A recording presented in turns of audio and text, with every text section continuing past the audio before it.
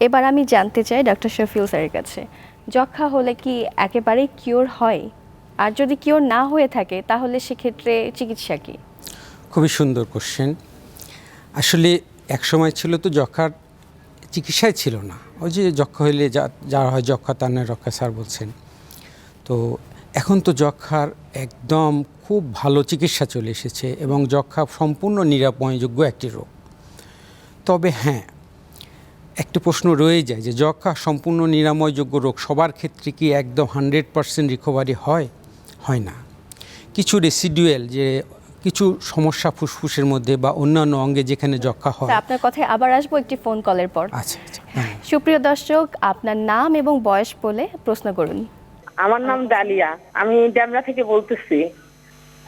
আমার হাজবেন্ড আজকে প্রায় 4-5 মাস ধরে খুশখুশি কাশি এবং রাত্রেবেলা প্রচুর কাশি হয়, কিন্তু মানে ওষুধ খাচ্ছে না, কিন্তু অনেক কাশি হয়, কিন্তু আসলে কি করব তার নিয়ে আমি সেটা বুঝতে পারতেছি না।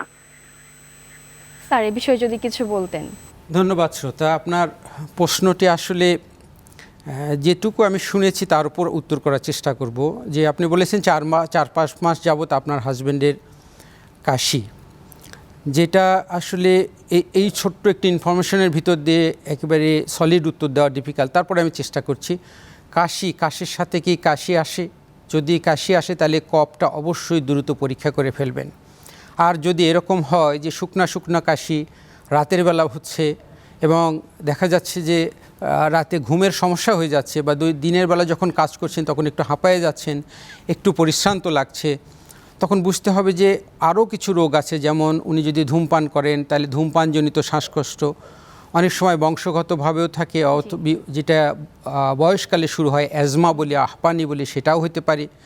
বা উনি যদি পেশাগত কারণে এমন কোনো পেশায় জড়িত থাকেন, যেমন অনেকে বলে যে পাখি যেমন কবুতর পালেন বা অন্যান্য পাখি, বা পেশাগত কারণে ধুলাবালি বা পাথর ভাঙা, এ ধরনের কিছু রোগ পেশা আছে যেটার সাথে ফুসফুস ক্ষতিগ্রস্ত হয় এবং সেখানেও এরকম কাশি হয়, যেটাতে শ্বাসকষ্ট হয়।